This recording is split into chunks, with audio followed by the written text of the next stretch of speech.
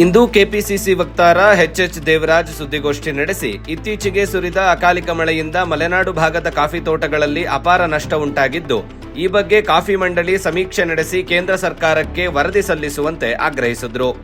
ಸುದ್ದಿ ಬರೆದಿದ್ರಿ, ನಿಮ್ಮನ್ನು ನಮ್ಮ ಕಾಫಿ ಬೆಳೆಗಾರರು ರೈತರು ಅಭಿನಂದಿಸಬೇಕಾಗುತ್ತೆ. ಯಾಕೆಂತಂದರೆ ಅಕಾಲಿಕ ಮಳೆಯಿಂದ ಭಾಳಷ್ಟು ಕಡೆ ಕಳಸ, ಬಳೆಹೊನ್ನೂರು, ಜಾಗರ, ಮೂಡಿಗೆರೆ, ಚಿಕ್ಕಮಗಳೂರು ಎಲ್ಲ ಕಡೆ ರೋಬಸ್ಟಾ ಮತ್ತು ಅರೇಬಿಕಾ ಕಾಫಿ ಮೇಲೆ ವ್ಯತಿರಿಕ್ತವಾದಂಥ ಪರಿಣಾಮ ಬೀರಿದೆ. ಮೊನ್ನೆ ಬಿದ್ದಂಥ ಮಳೆ ಒಂದು ಕಡೆ ಮೊಗ್ಗು ಹೂವು ಬಂದ್ಬಿಟ್ಟಿದೆ, ಇನ್ನೊಂದು ಕಡೆ ಕಾಫಿ ಕೊಯ್ದಾಗಿಲ್ಲ, ಕಾಫಿ ಕೆಳಗಡೆ ಉದುರ್ತಾ ಇದೆ.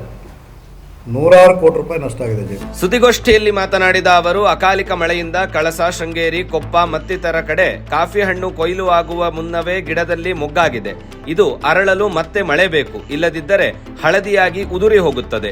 ಇದು ಮುಂದಿನ ವರ್ಷದ ಫಸಲಿನ ಮೇಲೆ ನೇರ ಪರಿಣಾಮ ಬೀರಲಿದ್ದು, ಬೆಳೆಗಾರರು ಅಪಾರ ನಷ್ಟ ಹೊಂದಬೇಕಾಗುತ್ತದೆ. ಹೀಗಾಗಿ ಕಾಫಿ ಮಂಡಳಿ ಸಮಗ್ರ ಸಮೀಕ್ಷೆ ನಡೆಸಿ ನೈಜ ವರದಿಯನ್ನ ಕೇಂದ್ರ ಸರ್ಕಾರಕ್ಕೆ ಸಲ್ಲಿಸಿ ಸೂಕ್ತ ಪರಿಹಾರ ಕೊಡಿಸುವಲ್ಲಿ ಸಂಸದರು, ಕಾಫಿ ಮಂಡಳಿ ಮುಂದಾಗಬೇಕು ಎಂದು ಒತ್ತಾಯಿಸಿದರು. ಈ ಮೊನ್ನೆ ಮಳೆಯಿಂದ 106 ಕೋಟಿ ರೂಪಾಯಿ ನಷ್ಟ ಆಗಿದೆ. ನಾವು ನಮ್ಮ ಒತ್ತಾಯ ಇರ್ತಕ್ಕಂಥದ್ದು ಕೇಂದ್ರ ಸರ್ಕಾರಕ್ಕೆ ಮತ್ತು ಕಾಫಿ ಬೋರ್ಡಿಗೆ, ಅದರ ಅಧೀನದಲ್ಲಿ ಬರ್ತಕ್ಕಂಥ ಕಾಫಿ ಬೋರ್ಡಿಗೆ ಕೂಡಲೇ ಸರ್ವೆ ಮಾಡಿಸಿ ತನಿಖೆ ಮಾಡಿ ಕೇಂದ್ರಕ್ಕೆ ಒಂದು ವರದಿ ಕೊಡ್ತಕ್ಕಂಥ, ನಷ್ಟ ಆಗಿರ್ತಕ್ಕಂಥ ಒಂದು ವರದಿ ಕೊಡ್ತಕ್ಕಂಥ ಕೆಲಸವನ್ನು ಮಾಡಬೇಕಾಗುತ್ತೆ. ಬರೀ ಈ ವರ್ಷದ ಬೆಳೆ ಮೇಲೆ ಮಾತ್ರ ಪರಿಣಾಮ ಆಗಿದೆ, ಮುಂದಿನ ವರ್ಷದ ಬೆಳೆನೂ ಕೂಡ ಕೈಗೆ ಸಿಗದ ರೀತಿಯೆಲ್ಲ ಆಗಿದೆ. ಈಗಾಗಲೇ ಈಗ ಮೊಗ್ಗು ಬಂದರೆ ಹೂವಾಗಲ್ಲ, ಉದುರೋಗುತ್ತೆ, ಮುಂದಿನ ಫಸಲಿಗೆ ಭಾಳ ಎಫೆಕ್ಟ್ ಆಗುತ್ತೆ. ಕಾಫಿ ಹಣ್ಣು ಹಣ್ಣೆಲ್ಲ ಉದುರೋಗ್ತಾ ಇದೆ. ಈಗ ಎಲ್ಲೂ ಕೂಡ ಹಾರ್ವೆಸ್ಟಿಂಗ್ ಮಾಡೋಕ್ಕಾಗ್ತಾಯಿಲ್ಲ. ಕಾಫಿ ಕೊಯ್ಲು ನಿಲ್ಲಿಸ್ಬಿಟ್ಟಿದ್ದಾರೆ ಪ್ಲಾಂಟ್ಗಳು. ಎಲ್ಲೆಲ್ಲಿ ಮಳೆ ಆಗಿದೆ ಅಲ್ಲಿ ಕಾಫಿ ಕೊಯ್ಲು ಮಾಡೋದಕ್ಕೆ ಆಗ್ತಾಯಿಲ್ಲ, ನಿಲ್ಲಿಸಿದ್ದಾರೆ. ಈಗ ಶಿವ ಗೊತ್ತಿದೆ, ಕಳಸ ಅಲ್ವೇನಣ್ಣ, ಕಳಸ ಭಾರಿ ಮಳೆ ಆಗಿದೆ. ಕಳಸ, ಮಾಲಿಂಗನಾಡು, ಗೋಣಿಬೀಡು, ಜನ್ನಾಪುರ ಮತ್ತು ಈ ಕಡೆ ಜಾಗರ, ಸಿರ್ವಾಸೆ, ಕಾಂಡ್ಯ, ಮಲ್ಲಂದೂರು, ಸಂಗಮೇಶ್ವರಪೇಟೆ, ಬಳೆಹೊನ್ನೂರು ಎಲ್ಲ ಕಡೆ ಮಳೆ ಆಗಿದೆ. ಇದು ವ್ಯತಿರಿಕ್ತವಾದಂಥ ಪರಿಣಾಮ ಆಗಿದೆ. ಬೇಕಾದರೆ ಒಂದು ಸರ್ವೆನೂ ಕೂಡ ಮಾಡ್ಬೋದು, ನೀವೇನು ತೊಂದರೆ ಇಲ್ಲ. ಮಾಡೋದಾದರೆ KGFನವ್ರಿಗೆ ಬೇಕಾದ್ರೆ ಹೇಳ್ತೀವಿ, ಕರ್ಕೊಂಡೋಗಿ ಒಂದು ಸರ್ವೆ ಮಾಡಿಸೋದ್ರೆ ನಿಮ್ಮ ಖಾತ್ರನೇ ಒಂದು ಸರ್ವೆ ಮಾಡಿಸ್ಬೋದು. ನೀವು ಅಭಿನಂದನಾರ್ಹರು, ಪತ್ರಿಕಾ ಸ್ನೇಹಿತರು. ಏನಾದರೂ ಒಂದು ಸಣ್ಣ ಇದಾದ ಎಫೆಕ್ಟ್ ಆದ ತಕ್ಷಣ ಸುದ್ದಿ ಮಾಡೋದು ನೀವು, ಆಮೇಲೆ ನಾವೆಲ್ಲ ಎಚ್ಚರ ಆಗ್ತೀವಿ. ಸಾವಿರಾರು ಕೋಟಿ ನಷ್ಟ ಆಗಿದೆ. ಈ ಬಗ್ಗೆ ಕಾಫಿ ಮಂಡಳಿ ಅಧ್ಯಕ್ಷರು, ಸಂಸದರು, ಜಿಲ್ಲೆಯ ಜನಪ್ರತಿನಿಧಿಗಳು ಒಂದು ನಿಯೋಗ ತೆಗೆದುಕೊಂಡು ಹೋಗಿ ಕೇಂದ್ರ ಸಚಿವರ ಬಳಿ ವೈಜ್ಞಾನಿಕವಾದ ವರದಿ ನೀಡಿ ಮನವರಿಕೆ ಮಾಡಿಕೊಡಬೇಕು. ಇಲ್ಲದಿದ್ದರೆ ಇಲ್ಲಿನ ಸಂಸದರ ವಿರುದ್ಧ ಅಸಹಕಾರ ಚಳುವಳಿ ಹಮ್ಮಿಕೊಳ್ಳಲಾಗುವುದು ಎಂದು ಎಚ್ಚರಿಸಿದರು. ಒಂದು ನಾನು ಗಂಭೀರವಾದಂಥ ಇದನ್ನು ಮಾಡ್ತಾ ಇದ್ದೀನಿ. ಪಾರ್ಲಿಮೆಂಟ್ ಸದಸ್ಯರು ಯಾವುದೋ ಒಂದು ಸಣ್ಣ ವಿಚಾರಕ್ಕೆ ನಾನು ತೋಟಕ್ಕೆ ಭೇಟಿ ಕೊಟ್ಟಿದ್ದೆ, ಅಲ್ಲಿ ಭೇಟಿ ಕೊಟ್ಟೆ, ಇಲ್ಲಿ ಭೇಟಿ ಕೊಟ್ಟೆ ಅನ್ನೋದಲ್ಲ. ಈಗ ಒಂದು ನಿಯೋಗ ತಗೊಂಡು ಬನ್ನಿ.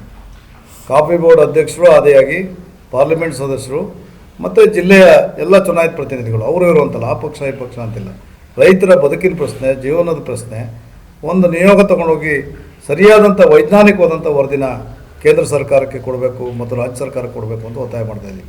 ಸುದ್ದಿಗೋಷ್ಠಿಯಲ್ಲಿ ಮುಖಂಡರಾದ ಹಿರೇಮಗಳೂರು ರಾಮಚಂದ್ರ, ಪ್ರಕಾಶ್ ರೈ, ಶ್ರೀನಿವಾಸ ದೇವಾಂಗ, ರಾಜು ಇದ್ದರು. ಆಫೀಸಲ್ಲಿ ಕೂತು ಮೀಟಿಂಗ್ ಮಾಡೋದಲ್ಲ, ಪಾರ್ಲಿಮೆಂಟ್ ಸದಸ್ಯರು ಡೆಲ್ಲಿಲಿ ಕೂತ್ಕೊಂಡು ಮೀಟಿಂಗ್ ಮಾಡೋದಲ್ಲ. ಈಗ ವಾಸ್ತವ ವಿಚಾರ ಅರ್ಥ ಮಾಡೋಕ್ಕೆ ಬನ್ನಿ. ಎಲ್ಲೋ ಇದ್ದಾರೆ ಕೋಟಾ ಶ್ರೀನಿವಾಸ ಪೂಜಾರಿ, ಕಾಣ್ತಾ ಇಲ್ಲಪ್ಪ ನಮಗೆ.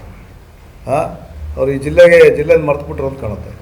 ಸುಮ್ಮನೆ ಒಂದು ಬೋಗಸ್ ಹೊಡೆದ್ಬಿಟ್ರು, ಸರ್ಫೇಸಿ ಆ್ಯಕ್ಟನ್ನು ರದ್ದು ಮಾಡಿಬಿಡ್ತೀನಿ ಇನ್ನು 6 ತಿಂಗಳಲ್ಲಿ ಅಂತ. ಸರ್ಫೇಸಿ ಆ್ಯಕ್ಟು ರದ್ದಾಗಲಿಲ್ಲ, ಯಾವುದೇ ಯೋಜನೆಗಳು ಬರಲಿಲ್ಲ. ಬೇಲೂರು, ಹಾಸನ ಬೇಲೂರು ರಸ್ತೆ ಸ್ಯಾಂಕ್ಷನ್ ಆಗಿಬಿಟ್ಟಿದೆ, ಕೆಲಸ ಕಾಮಗಾರಿ ಸ್ಟಾರ್ಟ್ ಆಗುತ್ತೆ ಅಂತಂದರು. ಆಯಿತಾ? ಸುಳ್ಳು ಹೇಳೋದ್ರಲ್ಲಿ ಭಾಳ ನಿಸ್ಸಿಮರಿದ್ದಾರೆ. ಇದಕ್ಕೆ ಕೊನೆ ಎಚ್ಚರಿಕೆ ಕೊಡ್ತಾಯಿದ್ದೀವಿ. ನೀವೇನಾದರೂ ಕ್ರಮ ತೆಗೆದುಕೊಳ್ತಾ ಇದ್ದರೆ ಕಾಫಿ ಬೆಳೆಗಾರರು ಮತ್ತು ರೈತರು ನಿಮಗೆ ಅಸಹಕಾರ ಚಳುವಳಿಯನ್ನು ಪ್ರಾರಂಭ ಮಾಡಬೇಕಾಗ್ತದೆ. ಸಣ್ಣ ರೈತರು, ಮಧ್ಯಮ ವರ್ಗದ ರೈತರಿಗೆ ಭಾಳ ದೊಡ್ಡ ಹೊಡ್ತಾ ಇದೆ, ಬದುಕೋದಕ್ಕೆ ಸಾಧ್ಯ ಇಲ್ಲ. ಒಂದು ಕಡೆ ಸರ್ಫೇಸಿ ಆ್ಯಕ್ಟ್ ನಮ್ಮ ತಲೆ ಮೇಲೆ ತೂಗ್ತಾ ಇದೆ, ಇನ್ನೊಂದು ಕಡೆ ಹವಾಮಾನ ವೈಪರೀತ್ಯದಿಂದ ಭಾಳ ಡ್ಯಾಮೇಜ್ ಆಗ್ತಾಯಿದೆ, ಇನ್ನೊಂದು ಕಡೆ ಪ್ರಾಣಿಗಳು ಬಂದು ಡ್ಯಾಮೇಜ್ ಮಾಡ್ತಾ ಇದ್ದಾವೆ.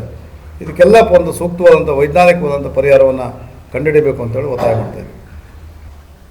ಕೇಂದ್ರ ಸರ್ಕಾರ ಸಿಂಹಪಾಲು ತಗೊಳ್ತಾ ಇದೆ, ಪಾರ್ಲಿಮೆಂಟ್ ಸದಸ್ಯರ ಜವಾಬ್ದಾರಿ ಭಾಳ ಇದೆ.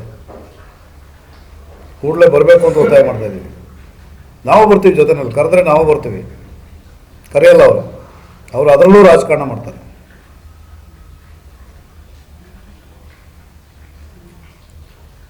ನಾನೇನೋ ಕೋಟಾ ಶ್ರೀನಿವಾಸ ಪೂಜಾರಿ ಅವರು MLC ಆದಾಗ ಎಲ್ಲ ಹೇಳ್ತಾಯಿದ್ರು ಭಾಳ ಕೆಲಸ ಮಾಡ್ತಾರೆ, ಭಾಳ ಪ್ರಾಮಾಣಿಕ ವ್ಯಕ್ತಿ ಅಂತ. ಪ್ರಾಮಾಣಿಕ ಏನಲ್ಲ, ಕೆಲಸನೂ ಮಾಡಲ್ಲ, ಬೋಗಸ್ ಹೊಡ್ಕೊಂಡು ಹೋಗ್ತಾರೆ ಅಷ್ಟೇ. ಸುಳ್ಳು ಮಾತಾಡಿದರೆ ಸುಳ್ಳು ಹೇಳ್ತಕ್ಕಂಥದ್ದು.